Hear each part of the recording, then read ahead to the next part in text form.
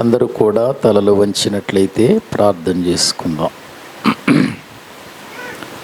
పరిశుద్ధుడవైన మా ప్రియ పరలోకపు తండ్రి, మీ శ్రేష్టమైన ఘనమైన నామానికి వందనాలు చెల్లిస్తూ ఉన్నాం.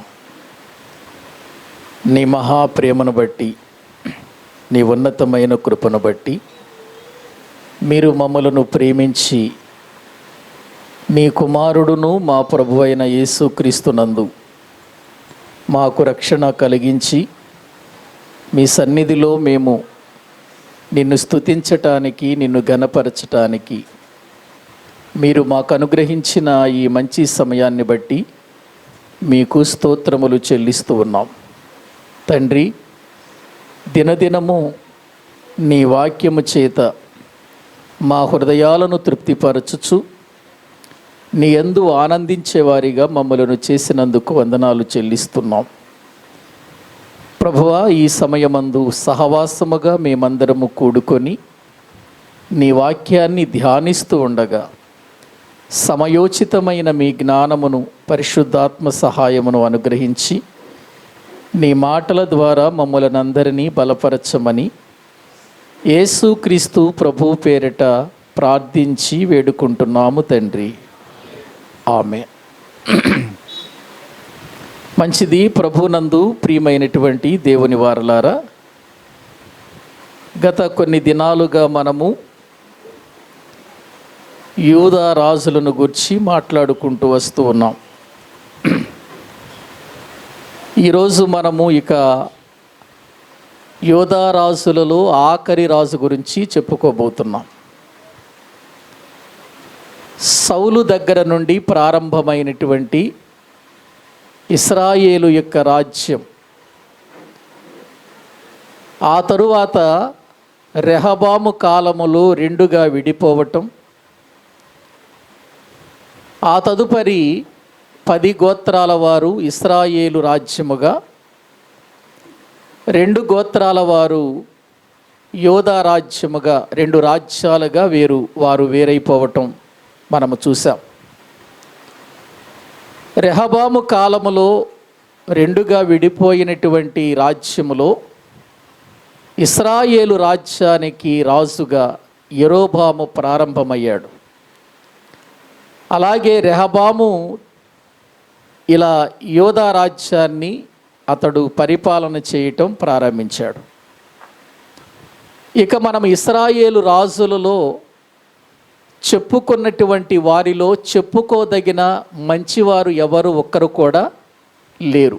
ఇశ్రాయేలు రాజులకు మాత్రమే, రాజులు అని పిలువబడటానికి మాత్రమే వారు పనికొచ్చారు తప్ప దేవునికి ఏమాత్రము వారు పనికి రాలేదు. ఎందుకని? దేవుని ధర్మశాస్త్రాన్ని అనుసరించలేదు, దేవుని మాట వినలేదు, దేవుని వైపు చూడలేదు. యెరోబాము చేసినటువంటి కార్యాలే, చెడు మార్గాలే వారు అనుసరించి ఆఖరి వరకు నడిచారు గనుక దేవుడు వారిని అష్షూరు రాజ్యానికి అప్పగించేశాడు. ఇప్పుడు మనము యోధా రాజులను గురించి మాట్లాడుకుంటున్నటువంటి ఈ యోధా రాజులను దేవుడు ఏర్పాటు చేసుకొనినప్పుడు అక్కడక్కడ మనకు కొంతమంది మంచి రాజులు యోధా రాజులలో కనబడతారు. అటు ఇశ్రాయేలు రాజులు 19 మంది అయితే, ఇటు యోధా రాజులు 20 మంది. మొత్తం ఎంతమంది? 19, 20 ఎంతమంది? 39 మంది రాజులు.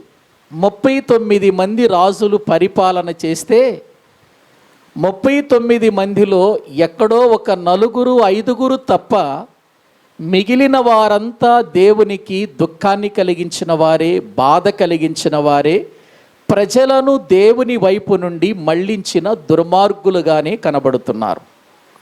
ప్రియులారా, ఆలోచించండి.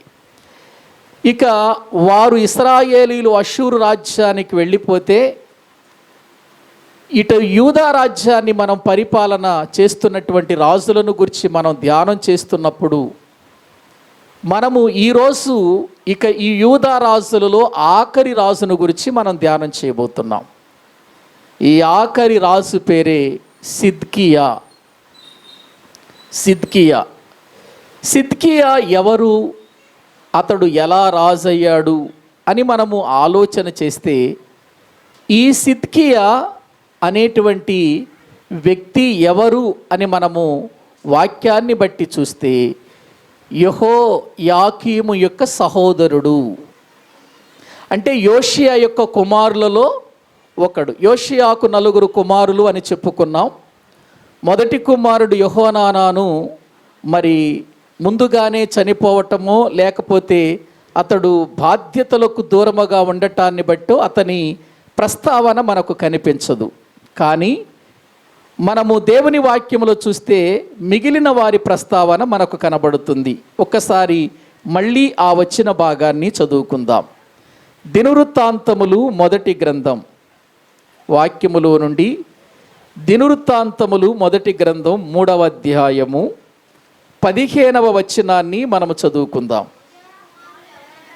యోషియా కుమారులు ఎవరనగా, జ్యేష్ఠుడు యోహానాను, రెండవ వాడు యెహోయాకీము, మూడవ వాడు సిద్కియా, నాలుగవ వాడు షల్లూము అని వాక్యంలో చూస్తున్నాం. అంటే యోధా రాజులలో చివరిగా, ఇక ఉన్న రాజులలో చివరిగా దేవుని కొరకు బ్రతికి దైవ చిత్తాన్ని నెరవేర్చి తన యొక్క జీవితం అంతా దేవుని పనిలో ధారపోసిన వాడు యోషియా. ఇక యోషియా తర్వాత మనకు ఇక మంచి రాజులు ఎవరు లేరు, కనిపించటం లేదు. యోషియా తర్వాత ఈ యోషియాకు పుట్టినటువంటి కుమారులు 4 ఇక్కడ మనము చూస్తున్నాం. ఒక వ్యక్తి పేరు యెహోనానాను. ఆ వ్యక్తి యొక్క ప్రస్తావన బైబిల్ గ్రంథములో లేదు గనుక ప్రియులారా, అతడు తన యొక్క తండ్రి కంటే ముందుగానే చనిపోయాడు అనేటువంటిది ఒక అభిప్రాయం పండితులలో ఉంది. ఇక ఆ తరువాత రెండవ వాడు ఎవరని చెప్పుకున్నాం, యెహోయాకీము అని చెప్పుకున్నాం. మూడవ వాడు ఎవడని చెప్పుకున్నాం, సిద్కియా. నాలుగవ వాడు షల్లూము. ఈ షల్లూము ఎవరని చెప్పుకున్నాం, యెహోయాకీను. యెహోయాకీనుకు ఉన్న మరొక పేరేంటి, షల్లూము అని చెప్పుకున్నాం. యెహోయాకీము పరిపాలన చూసాం, ఆ తర్వాత యెహోయాకీను పరిపాలన కూడా చూసాం. అయితే ఇప్పుడు వీరి సహోదరుడే ఎవరు అనంటే సిద్కియా. సిద్కియా మనం చెప్పుకున్నాం కదా, బైబిల్ గ్రంథములో యోషియాకు 2 భార్యలని. ఆ 2 భార్యలలో మనము ప్రియులారా వారికి పుట్టినటువంటి 4లో సిద్కియా హమూటలు అనేటువంటి వ్యక్తికి పుట్టినవాడు. ఒక్కసారి రాజులు గ్రంథములోనికి వద్దాము రండి. రాజులు 2వ గ్రంథం. దేవుని వాక్యాన్ని ప్రియులారా మనము చూడగలిగితే అక్కడ వ్రాయబడినటువంటి మాటలు, దానికంటే ముందు దినవృత్తాంతములు 2వ గ్రంథం చూడండి. దినవృత్తాంతములు 2వ గ్రంథం వాక్యములో నుండి మనము చూడగలిగితే అక్కడ వ్రాయబడినటువంటి మాటలు మనకు అర్థమవుతాయి. 36వ అధ్యాయం 36వ అధ్యాయము ప్రియులార వాక్యములో 11వ వచనము నుండి మనము చదువుకుందాం.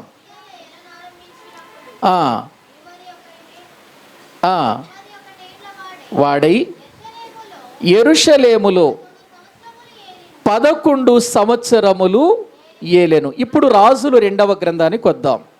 రాజులు 2వ గ్రంథం దేవుని వాక్యములో నుండి 24వ అధ్యాయము 24వ అధ్యాయం 17వ వచనమును మనము చదువుకుందాం.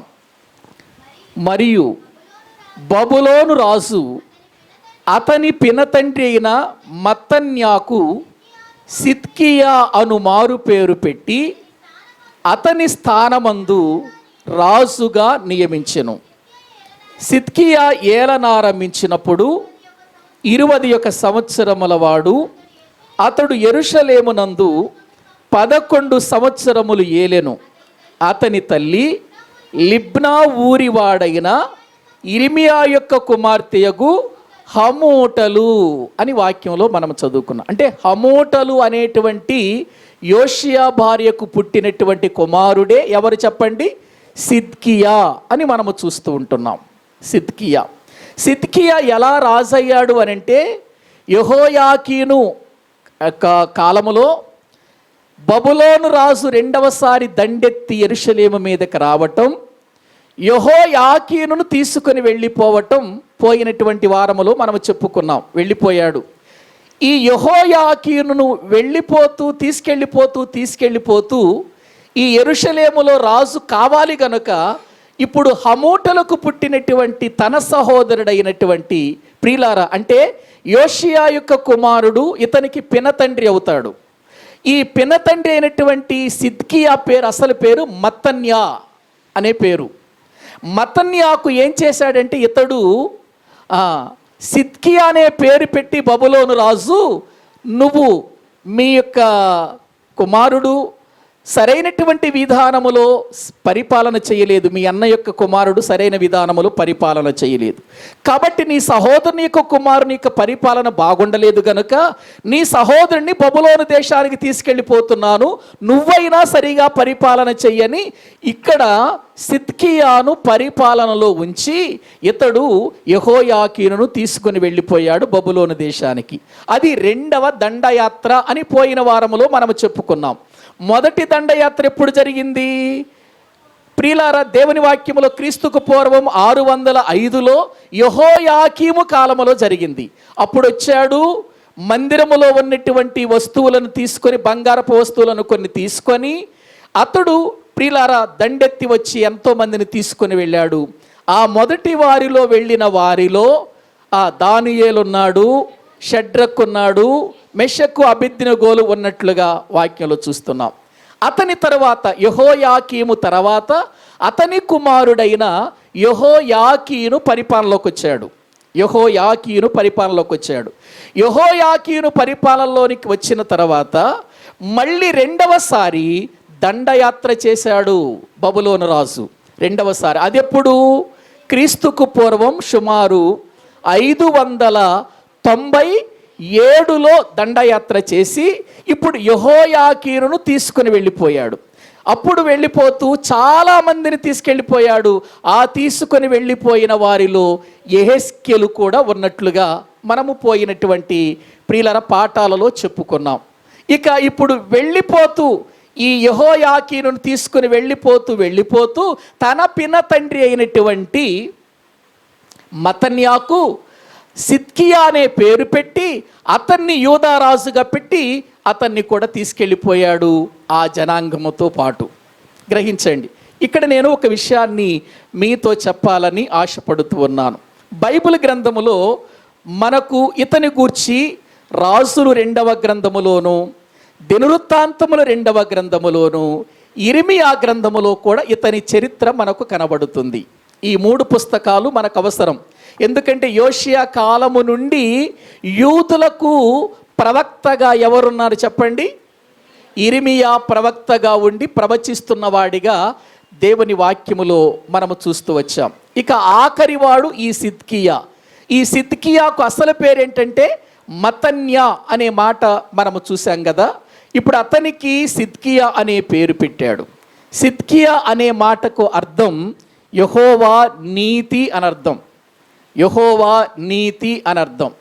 అయితే ప్రియులారా, మనము గుర్తించవలసిన విషయాలు ఏంటంటే ఈ సిద్కియా అనేటువంటి పేరు కలిగిన వారు ఇతడు తప్ప మరొక 5గురు ఉన్నారండి. వాళ్ళు కూడా ఇక్కడే కనబడతారు, మనకు యూదా రాజ్యములోను కనబడతారు. కాబట్టి ఈ విషయాలు మనం బహు జాగ్రత్తగా ఆలోచించాలి. ఈ యొక్క సిద్కియా అనే పేరు కలిగిన వారు ఎక్కడెక్కడున్నారు, వారు ఏం చేస్తున్నారు అనే విషయాలు కూడా నేను మీకు పరిచయం చేస్తాను. ఎందుకంటే మనకు ఈ రాజుల గ్రంథములో కానీ, దినవృత్తాంతముల గ్రంథములో కానీ, ఇర్మియా గ్రంథములో కానీ సిద్కియా అనేటువంటి వ్యక్తులు యూదారాజు అయిన సిద్కియా కాకుండా మరికొంతమంది ఉన్నారు. వారిని గురించి కూడా నేను మీకు పరిచయం చేస్తాను. వాక్యములో నుండి ఇదే దినవృత్తాంతముల 2వ గ్రంథం 18వ అధ్యాయము 10వ వచనం చదవండి. వాక్యములో నుండి ఇదే దినవృత్తాంతముల 2వ గ్రంథం 18వ అధ్యాయము 10వ వచనాన్ని చదువుకుందాం. అప్పుడు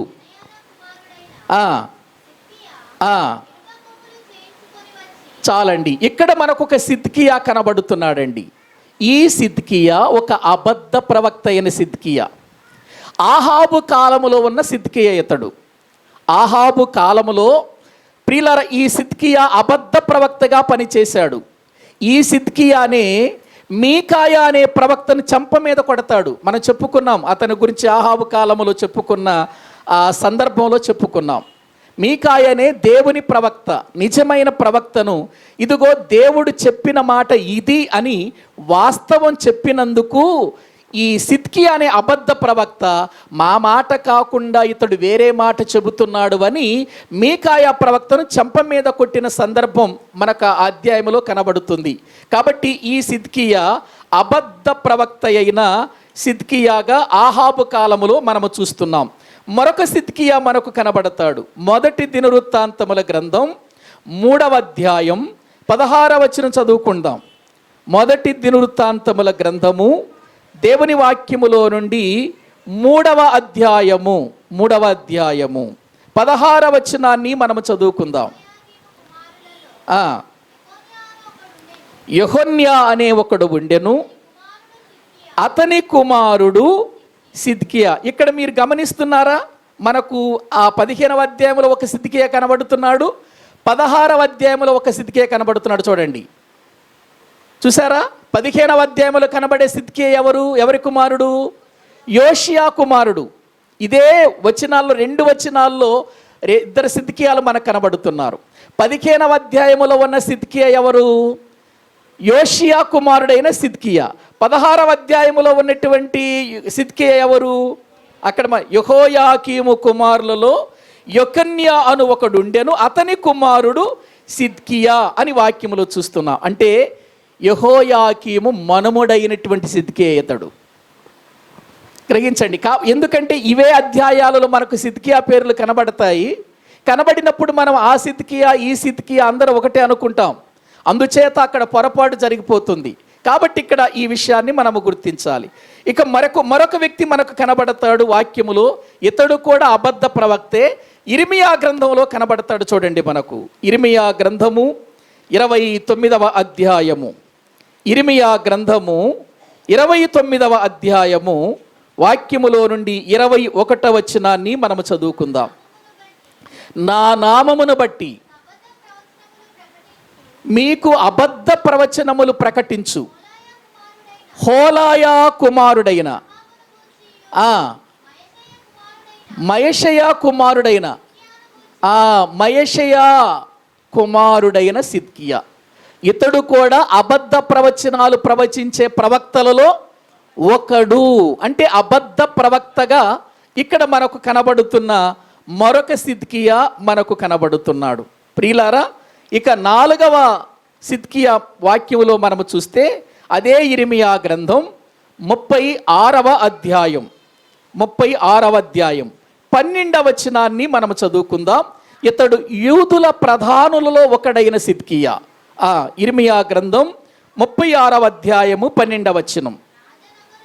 రాజనగరులలో ఉన్న లేఖికుని గదిలోనికి వెళ్ళగా ప్రధానులందరూ ఎలీషామా షమాయా కుమారుడైన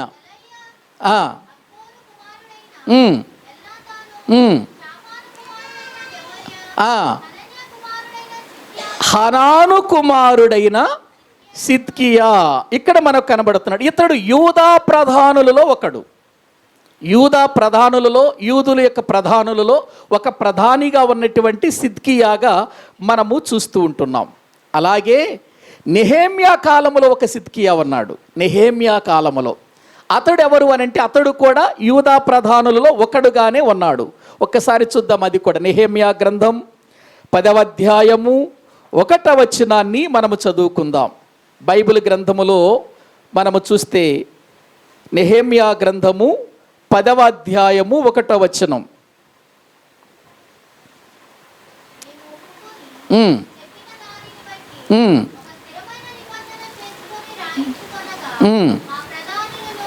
ఆ ప్రధానులను వేసిరి. దానికి ముద్రలు వేసిన వారు ఎవరనగా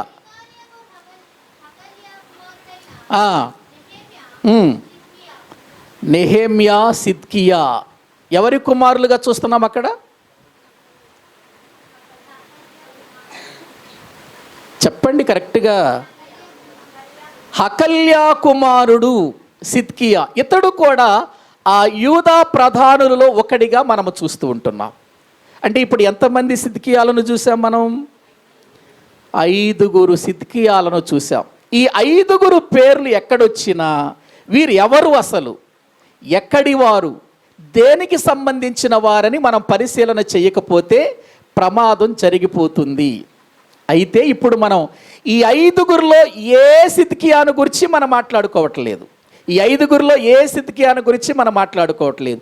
ఇప్పుడు మనం మాట్లాడుకునే సిద్కియా యూదా రాజులలో చివరి వాడైనటువంటి రాజు. యూదా రాజులలో చివరి వాడైన రాజు ఇప్పుడు మనం మాట్లాడుకుంటున్న సిద్కియా. కాబట్టి ఈ మిగిలిన సిద్కియాలను గురించి పక్కన పెట్టేయండి.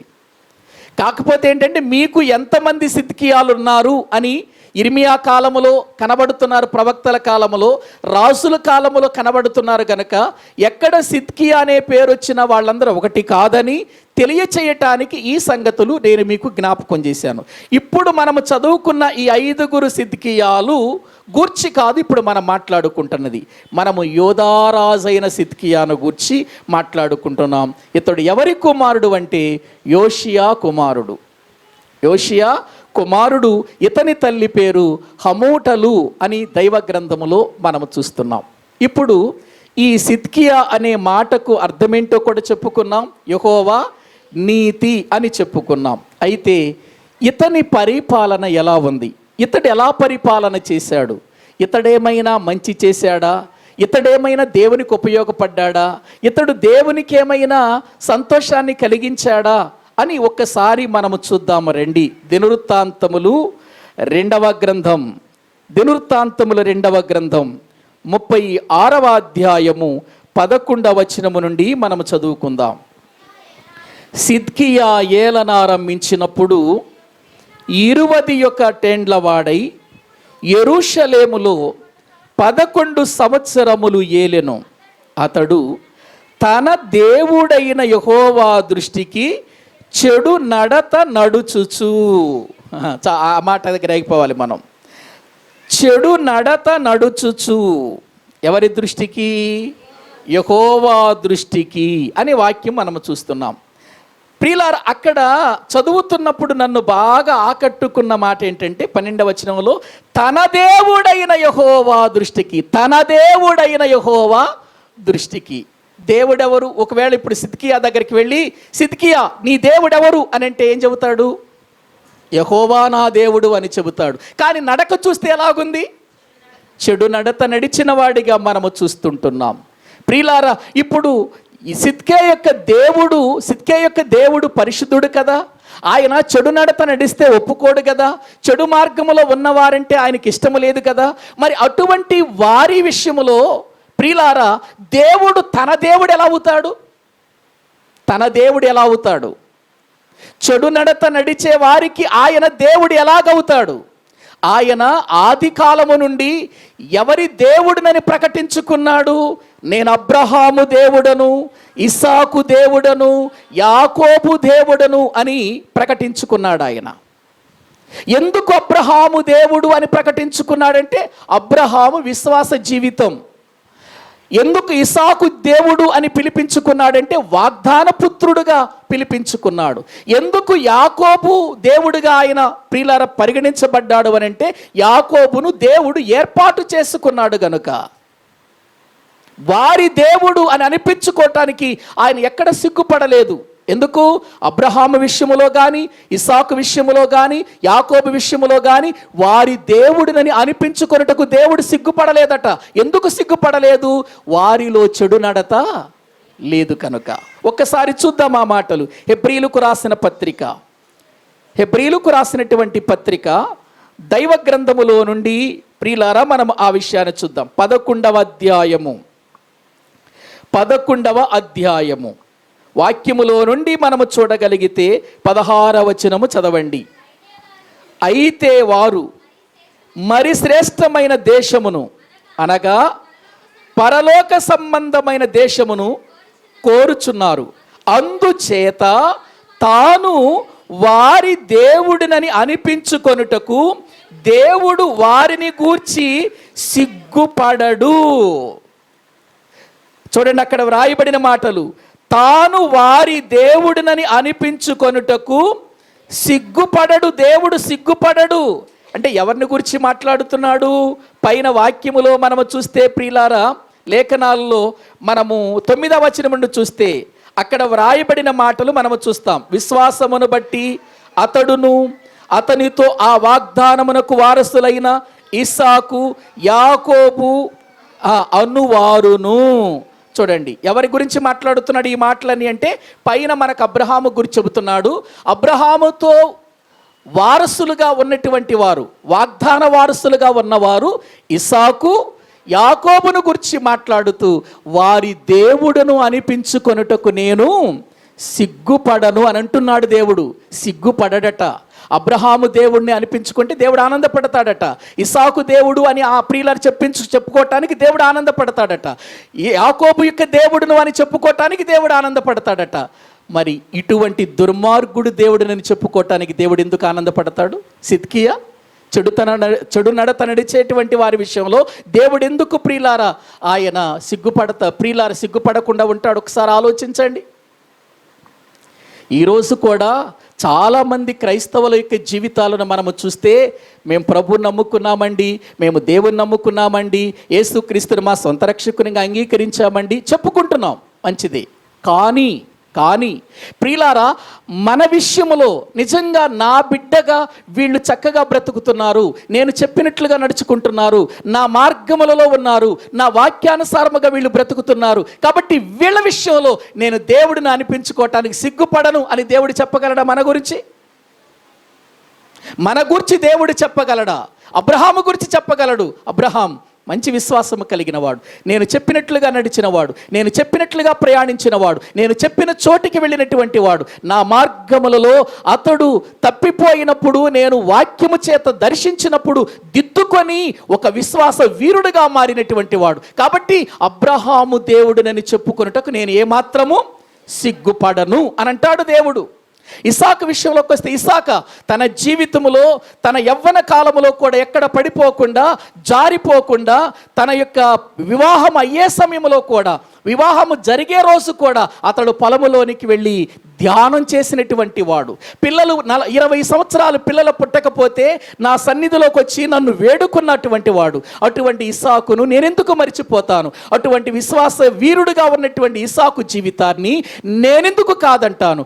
అతని దేవుడినని అనిపించుకొనుటకు నేను సిగ్గుపడను అని అంటాడు దేవుడు. అయ్యా, మరి యాకోబు విషయం దగ్గరకు వస్తే, యాకోబు విషయంలో కూడా నేను సిగ్గుపడను. యాకోబు తన జీవితంలో ఎటువంటి రీతిలో అతడు బ్రతికినప్పటికీ కూడా నా మాట విని సరిచేసుకున్నాడు, జాగ్రత్త పడ్డాడు. చివరికి అతడు దేవుని యొక్క ప్రేమను లోకానికి తెలియచేసి తన 12 మంది కుమారులను ఒక ఇశ్రాయేలు జనాంగంగా ఏర్పాటు చేయటానికి నాకు అప్పగించినటువంటి యాకోబును గురించి కూడా నేనేం చెయ్యను? సిగ్గుపడను. మరి ఎన్నో వాక్యాలు వింటూ చెడుతనమును విడిచిపెట్టక, పాపమును విడిచిపెట్టక, దేవుని వాక్యానికి లోపడకుండా జీవించే వాడు నా ప్రభువు, నా దేవుడు అని ఒకవేళ మనము చెబితే ఆయన సిగ్గుపడతాడు. ఎందుకో తెలుసా? చెడుతనము మనలో ఉంది, పాపం మనలో ఉంది, లోపాలు మనలో ఉన్నాయి, దేవునికి ఆయాసకరమైనటువంటి విషయాలు మనలో కనబడుతున్నాయి, మాటల్లో పొరపాటులు కనబడుతున్నాయి, క్రియల్లో పొరపాటులు కనబడుతున్నాయి, తలంపులలో పొరపాటులు కనబడుతున్నాయి, వాక్యాన్ని గురించిన అవగాహన లేదు, వాక్యాన్ని గురించిన నడవడి లేదు, వాక్య సంబంధమైన ఆలోచనలు లేవు, వాక్య సంబంధమైన రీతిలో మనం నడవటం లేదు. ఇటువంటి వారిని నేను వారి దేవుడును అని దేవుడు చెప్పుకోగలడా? ఆలోచించండి ప్రియులారా. ఎలా చెప్పుకుంటాడు? నువ్వు చెప్పుకుంటున్నావు, నేను ప్రభువుని నమ్ముకున్నాను, యేసుక్రీస్తు నా రక్షకునిగా అంగీకరించాను, పరలోకమందు నా కన్న తండ్రి ఉన్నాడు అని ఒకవేళ నువ్వు చెప్పుకుంటుంటే నిన్ను బట్టి ఆయన సిగ్గుపడుతున్నాడు. కొన్నిసార్లు ప్రియులారా, తల్లిదండ్రులు బిడ్డలు చేసే పనులను బట్టి ఏమంటారంటారే, నేను మీ తండ్రి నేను చెప్పుకోవటానికి సిగ్గుపడుతున్నాను రా, నా స్థాయి ఏంటిరా, నా జీవితం ఏంటిరా, ప్రజల మధ్యలో నేను ఎంత విలువగా బ్రతికానురా, ప్రజల మధ్యలో ఎంత మంచి పేరు సంపాదించుకున్నాను రా, అటువంటి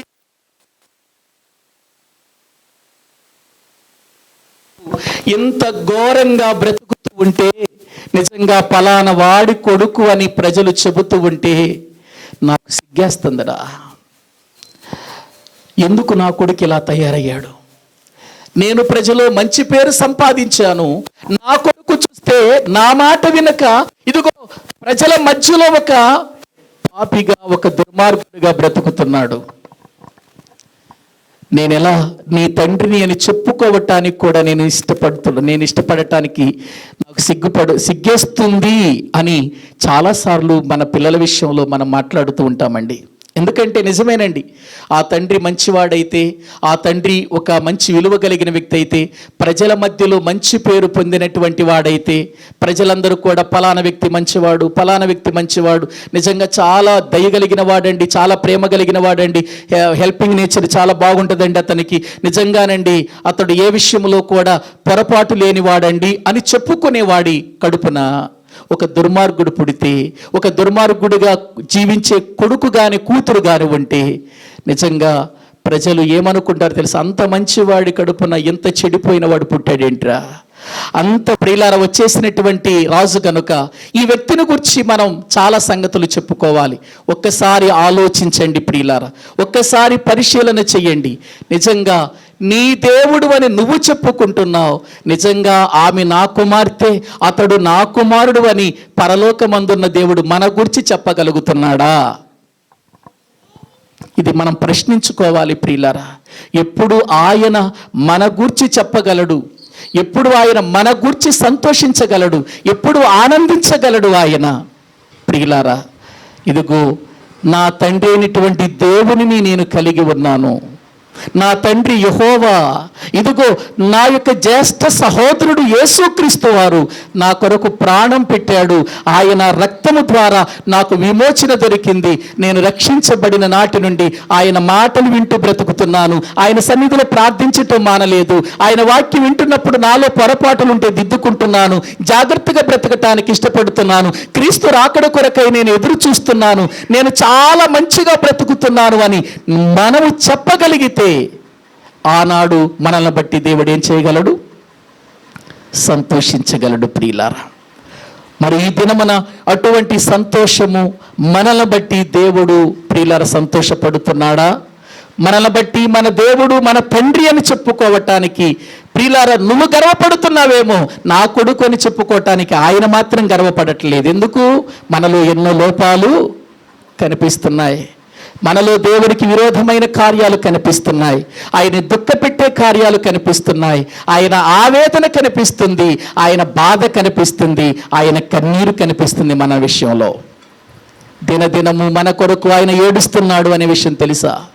ఆయనకు విరోధమైన పని చేసినప్పుడల్లా పరలోకమందున్న తండ్రి మనల్ని బట్టి ఏడుస్తున్నాడు. ఎందుకు ఈ బిడ్డను కన్నాను, ఎందుకు ఈ బిడ్డను నేను కన్నాను? ఏవండి, కన్నాడండి మనల్ని ఆయన. ఎలా కన్నాడు ఆయన?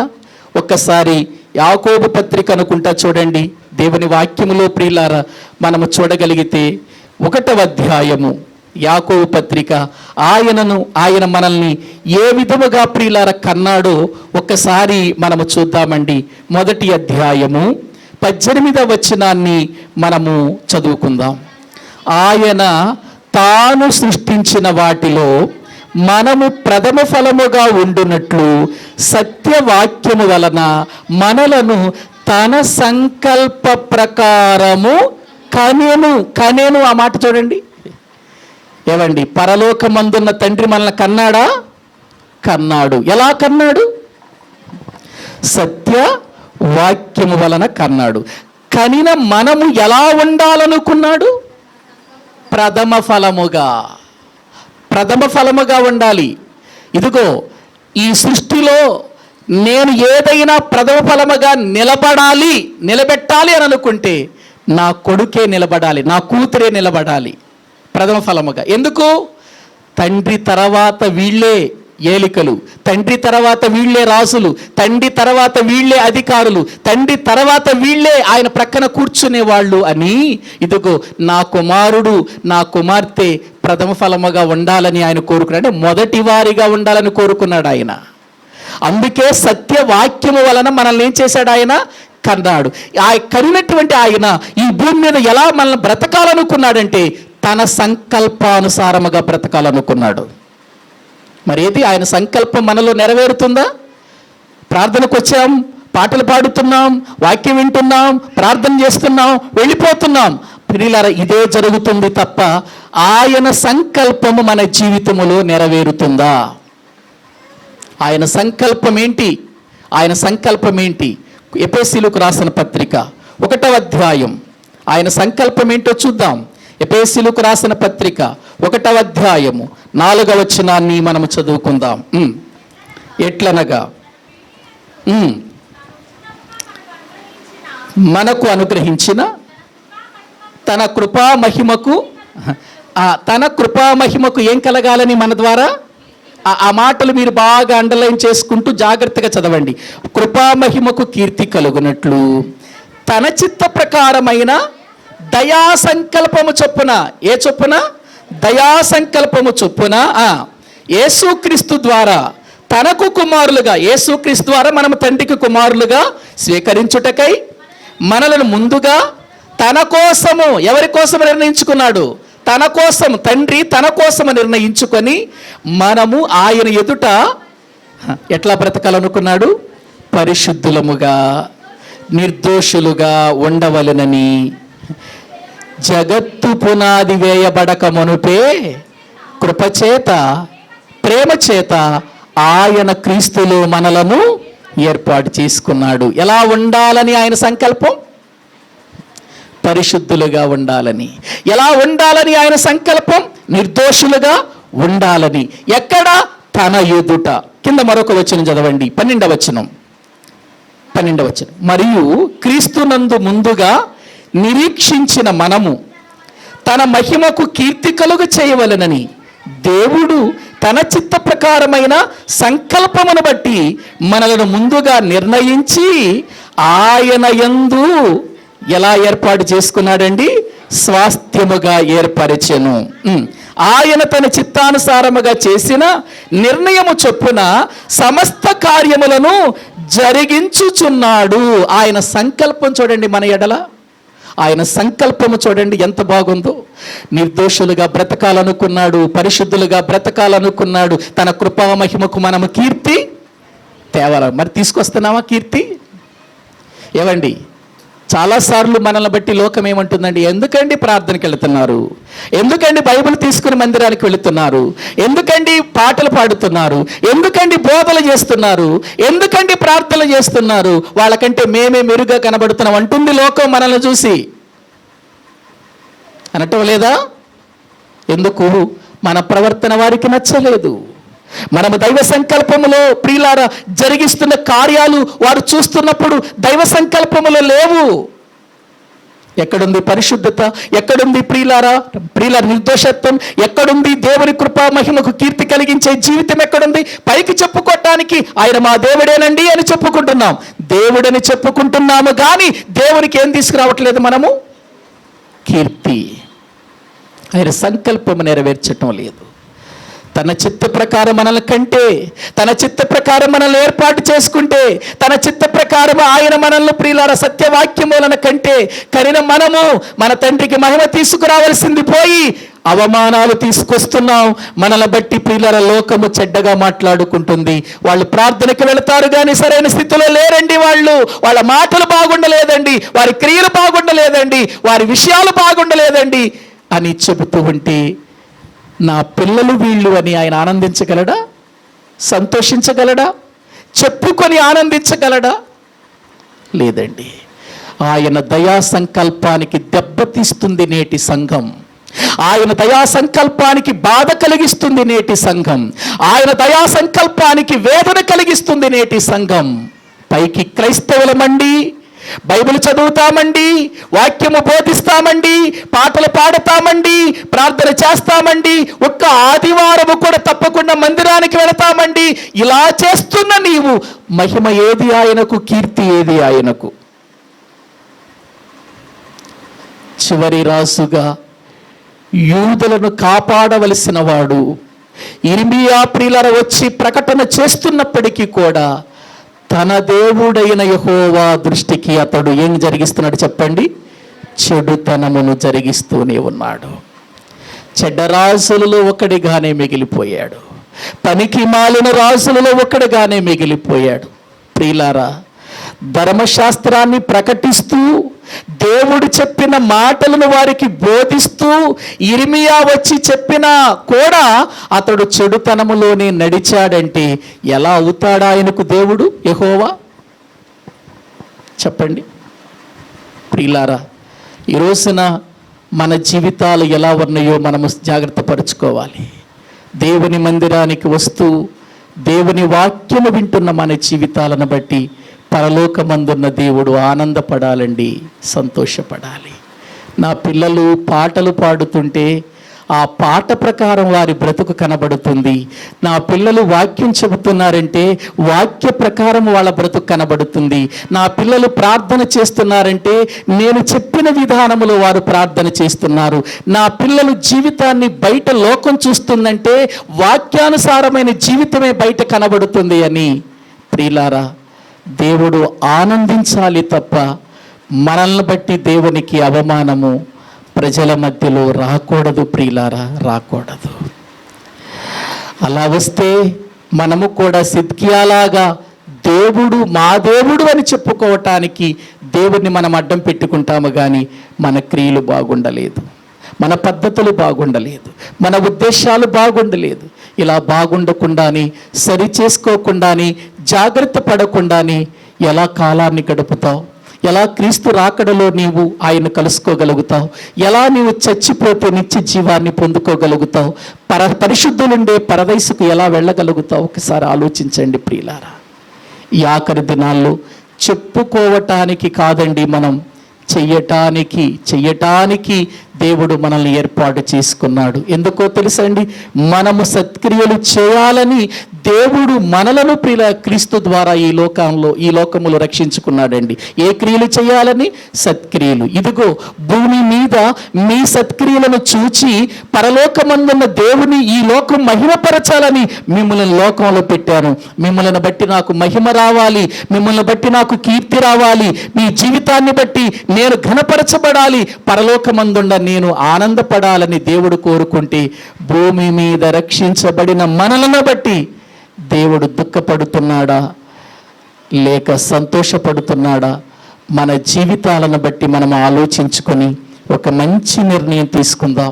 మిగిలిన సంగతులు మిగిలిన కాలములు వచ్చే వారం నుండి చెప్పుకుందాం. తలలు వంచండి, ప్రార్థన చేసుకుందాం. తలలు వంచండి, ప్రభు సన్నిధిలో మనం ప్రార్థన చేసుకుందాం. ప్రియమైన దేవుని పిల్లలారా, దేవుని సన్నిధిలో ఉంటున్నాం. నువ్వు ఆయన నా దేవుడు అని చెప్పుకోగలుగుతున్నావు, కానీ ఆయన నిన్ను చూసి నిజంగా నా కుమారుడు, నా కుమార్తె అని చెప్పుకోగలుగుతున్నాడు ఆయన, లేక చెప్పుకోవటానికి సిగ్గుపడుతున్నాడా? అబ్రహాము విషయంలో నేను సిగ్గుపడను, అబ్రహాము దేవుడినని చెప్పుకోవటానికి. ఇసాకు విషయంలో నేను సిగ్గుపడను, ఇసాకు దేవుడినని చెప్పుకోవటానికి. యాకోబు విషయంలో నేను సిగ్గుపడను, యాకోబు దేవుడినని చెప్పుకోవటానికి. వారిలో కూడా పొరపాటులున్నాయి, వారిలో కూడా లోపాలున్నాయి, కానీ నా దూతను పంపించి గద్దించినప్పుడు దిద్దుకున్నారు వాళ్ళు, సరిచేసుకున్నారు, జాగ్రత్త పడ్డారు వాళ్ళు, వాళ్ళ మనసులను మార్చుకున్నారు, లోకానికి వెలుగుగా బ్రతికారు, లోకములో నక్షత్రాల వలె బ్రతికారు, లోకములో నాకు మహిమ తీసుకొచ్చారు, లోకములో నా పేరు నిలబెట్టారు నా పిల్లలు. వాళ్ళ దేవుడు నన్ను చెప్పుకోవటానికి నేను సిగ్గుపడను అంటున్నాడు. మరి మన దేవుడును అని చెప్పుకోవటానికి దేవుడు ప్రియులారా సిగ్గుపడుతున్నాడు. ఎందుకో తెలుసా? ఆయన యొక్క ముఖకాంతిలో మన రహస్య పాపాలు కనబడుతున్నాయి, ఆయన ముఖకాంతిలో మన లోపాలు కనబడుతున్నాయి, ఆయన ముఖకాంతిలో మన దోషాలు కనబడుతున్నాయి. ఏడుస్తున్నాడు ఆయన, బోరున ఏడుస్తున్నాడు. ఎందుకు నా కొడుకు ఇలా అయిపోయాడు? ఎందుకు నా కుమార్తె ఇలా అయిపోయింది? ఇదిగో నా కుమారుణ్ణి పంపించి రక్తము కార్చి మానవులందరిని రక్షించాలని కోరుకుంటే నా కుమారుడు వెళ్ళాడు, మానవులందరి దోషాలు తన మీద వేసుకున్నాడు. ఇదిగో అంధకారమైన చీకటిలో బాధ అనుభవించాడు, వేదన చెందాడు, నలగగొట్టబడ్డాడు. ఆ పరిశుద్ధమైన రక్తాన్ని చిందించి రక్షించుకున్నాడు. కానీ రక్షించబడిన వీళ్ళలో మార్పు రాలేదు. దేవునికి మహిమ రావలసినటువంటి జీవితాలు దేవునికి మహిమ తేకుండా బ్రతుకుతున్నారని వేదన చెందుతున్నాడు ఆయన. ప్రియులారా, ఎప్పటికైనా మనం ఆలోచన చేద్దామండి.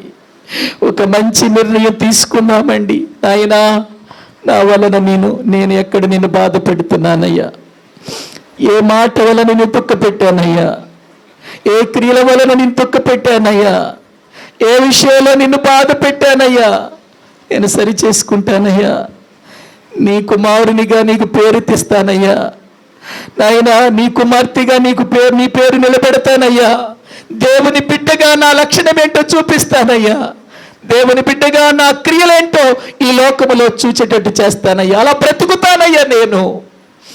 ఒకసారి ప్రభు బల యొద్దకు రాబోతున్న మనము సరి చేసుకుందామండి, జాగ్రత్త పడదామండి. ప్రభువే ఒకవేళ ఈ సమయంలో దిగి వస్తే మన పరిస్థితి ఏంటి ఆలోచన చేయండి. ఈ మాటలు చాలా విలువైన మాటలు ప్రియులారా. ఏదో విని విడిచిపెట్టి ఇంటికి వెళ్ళిపోయి హాయిగా బ్రతుకుదామనుకునే మాటలు కాదు ఇవి.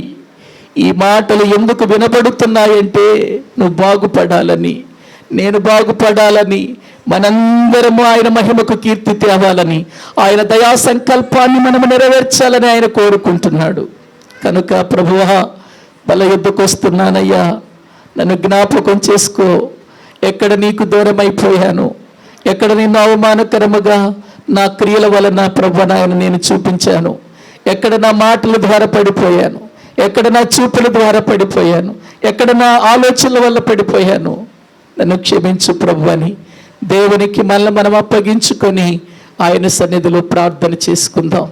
పరిశుద్ధుడైన తండ్రి, ప్రేమ కలిగిన ప్రభువా, మీకు వందనాలు చెల్లిస్తున్నాము. మమ్మల్ని మీరు ప్రేమించి అయ్యా ఈ జూన్ మాసంలో ఆఖరి ఆదివారమున ఈ ఆఖరి రోజున మీ సన్నిధిలో ఉంచారంటే అది కేవలం నీ కృపే నాయన. నీ సంకల్పాన్ని మేము నెరవేర్చాలని, మమ్మల్ని బట్టి నువ్వు ఆనందపడాలని మా ఆయుష్ను పెంచారు, మాకు ఆరోగ్యం ఇచ్చారు, ఇంతవరకు మమ్మల్ని నిలబెట్టారు తండ్రి. అందుకై మీకు స్తోత్రాలు.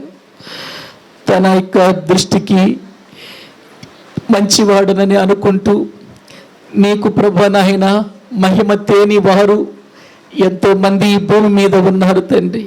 అలా కాకుండా నీ వాక్యము దగ్గర మేము లోబడి సరి చేసుకొని ఈ భూమి మీద నీకు మహిమ కీర్తి తీసుకొచ్చే వారిగా మమ్మల్ని చేయండి తండ్రి. ఈ సమయంలో రక్షించబడిన మేము ప్రభు బల యొద్దకు వస్తున్నాము నాయన. క్రీస్తు శరీరములో క్రీస్తు రక్తములో పాలు పంపులు పొందుతున్నాం. క్రీస్తుకు కలిగిన మనసు మాకు కలిగి మేము జీవించినట్లు సహాయము చేయండి. నీ మహిమకు కీర్తి తెచ్చేవారిగా మమ్మల్ని చేయండి.